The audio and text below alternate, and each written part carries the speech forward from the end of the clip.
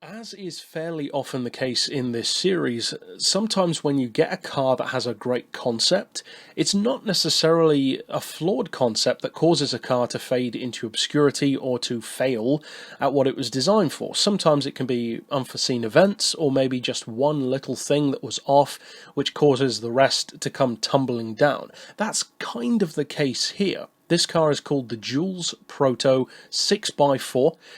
Interesting name for an interesting car, certainly not a vehicle that's talked about that much online, not a car that's even that well known, particularly online. It is a rally vehicle, as you can fairly obviously tell, and it has an interesting backstory. The car was designed for the Paris-Dakar rally, and in fact it ran in 1984 in said rally, which is incidentally only the fifth time that the rally was run. It started in 1979, so this was a relative newcomer on the scene, but also got in there pretty early as far as the rally race goes. However, technically speaking, this car is the Jules Proto 2, because the first Jules Proto, which was developed by the same guy as this one, a chap named Terry, and I'm not going to butcher the rest of his name, I'm just going to put it on screen for you to see, he had a bet, basically, with some of his friends to run in the Paris-Dakar rally. So, he got a Rolls-Royce and modified it very heavily. He completed the entire event, and then decided to do it again, but in a more bespoke way, to develop his own option, his own vehicle, his own ground-up creation. A car with a monocoque chassis, a 350 cubic inch or 5.7 litre, 360 horsepower Chevy V8 with a 5-speed Porsche gearbox, and although it has 6 wheels, it's actually only 4-wheel drive.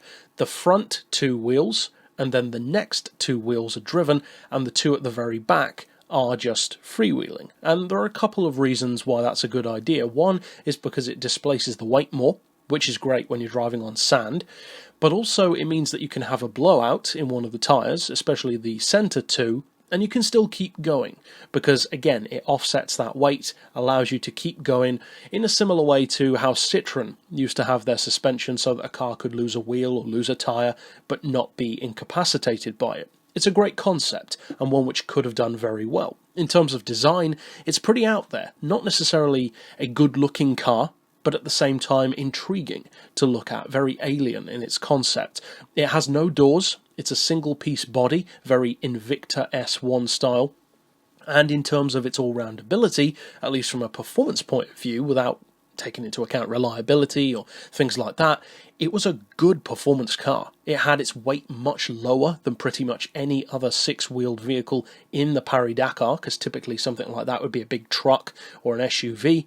This one isn't, so it's got that centre of gravity much, much lower. The long wheelbase makes it very stable, and it could even hit around 125 miles per hour on-road and off-road. That's pretty good. For a rally car going that kind of distance, to be able to keep up that kind of speed gives you potentially a pretty huge advantage. But of course, the Paris-Dakar Rally, which is a 6,000 kilometre event, is not just about sheer speed. It's about endurance, kind of like the Le Mans 24-hour race of the rallying world. Now, with that being said, this car was designed in a very interesting way to be as entirely self-sufficient as possible. The car has multiple storage bays and cubby holes, McLaren F1 style, where you could store food, water, liquids for the car, tools, and it even had its own power source so that you could fire up a welder and fix stuff that goes wrong. That's a cool concept. Again, it even has kind of a pickup truck style back end where you can carry loads of spare tyres. They also used it as their sleeping quarters with a tent set up. You can use it for eating as well. It was a great multi-purpose vehicle. And in some strange kind of way, this bears some conceptual resemblance to the Axum Megatrack, which we reviewed prior in this series. That concept of having an exotic off-roader, some mix between sports car and, to some degree, truck, kind of an exotic crossover, if you will. This car, in a completely different way, has a very similar feel to it. It's certainly not your average truck or rally raid vehicle by any means. It looks like a sports car that also happens to be a 6-wheeled pickup truck, in effect. A very interesting concept. And the guy himself, Terry, who spoke about the vehicle, said that he wanted it to be a car that you could eat in, sleep in, and basically live in, that could also happen to run rally events. And that's a pretty awesome concept. Kind of like what would happen if you could condense a combination of a motorhome, like a Winnebago, and a WRC car, and combine them. That's basically what this vehicle was trying to be. Now, that is a fantastic concept, and it worked really well initially.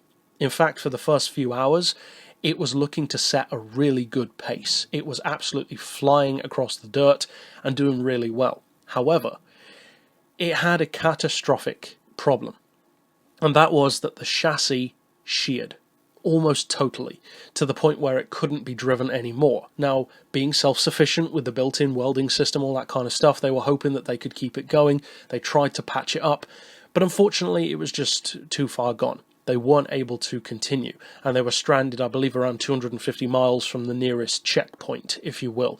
So, a pretty crippling defeat for the car. Unfortunately, it never ran again. It was sold and kept as various collector's pieces here and there through the years. In the early 2000s, it was fitted with a 2-litre engine. Then later on, it was sold to a private buyer. So it's had an interesting and colourful past, most of which has been spent not moving, unfortunately.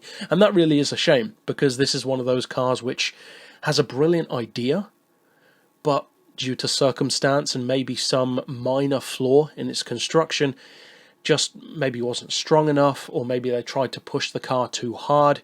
For whatever reason, though, it just didn't get its chance to shine. And that really is a shame, because there are certain cars which fail or don't do well, which you can understand why. Maybe they're just not very good cars. Maybe they're slower than everything else. Maybe they're just not very good or not very reliable.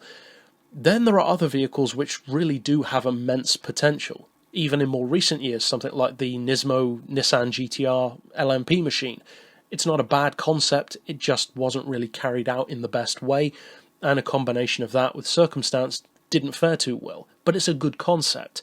I would say that this is one of those as well. This weird 6-wheel, 4-wheel drive, pickup truck, exotic, Chevy-powered, Porsche gearboxed, perfume-sponsored, as if to add to all the other craziness, bespoke machine, which ultimately failed. But boy, what a concept. What a cool car. At least, I think so. So overall, I hope you've enjoyed taking a look into this certainly unique creation of the long-distance endurance rallying world. And of course, if you stick around next week, I will be bringing out another vehicle in this series as well. But if you'd like to check out the ones which we've already done, you can click through to see those at the end of this video. And for now, as always, thanks for watching.